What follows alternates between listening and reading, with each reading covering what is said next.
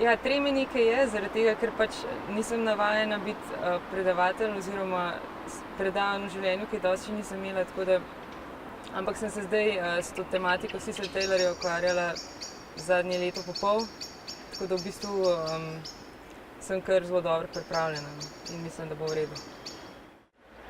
V bistvu je bilo bolj naključje kot kaj drugega, ker jaz sem za svojo magistrsko nalogo v bistvu porabila Cecila Taylorja in tematiko strukture znotraj proste improvizacije.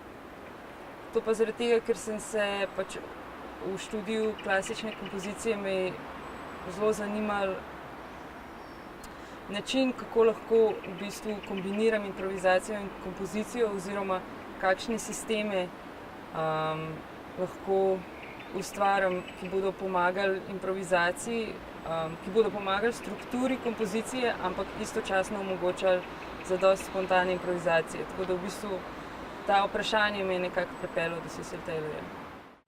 V bistvu v zadnjem letu,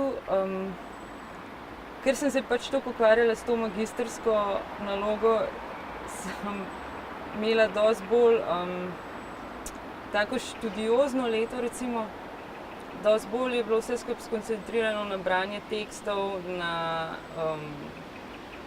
proučevanje zgodovine džeza oziroma določene zgodovine džeza. Pač vse, kar je bilo v zvezi s Cecilom Taylorjem in z improvizirano glasbo oziroma s free jazzom.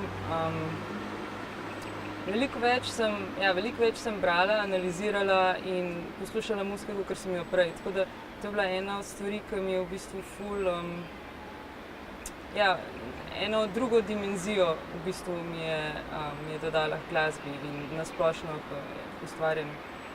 Tako da mogoče je to še najbolj drugačna oziroma največja novost tega leta, odkar sem se nazadnje izgovarjala.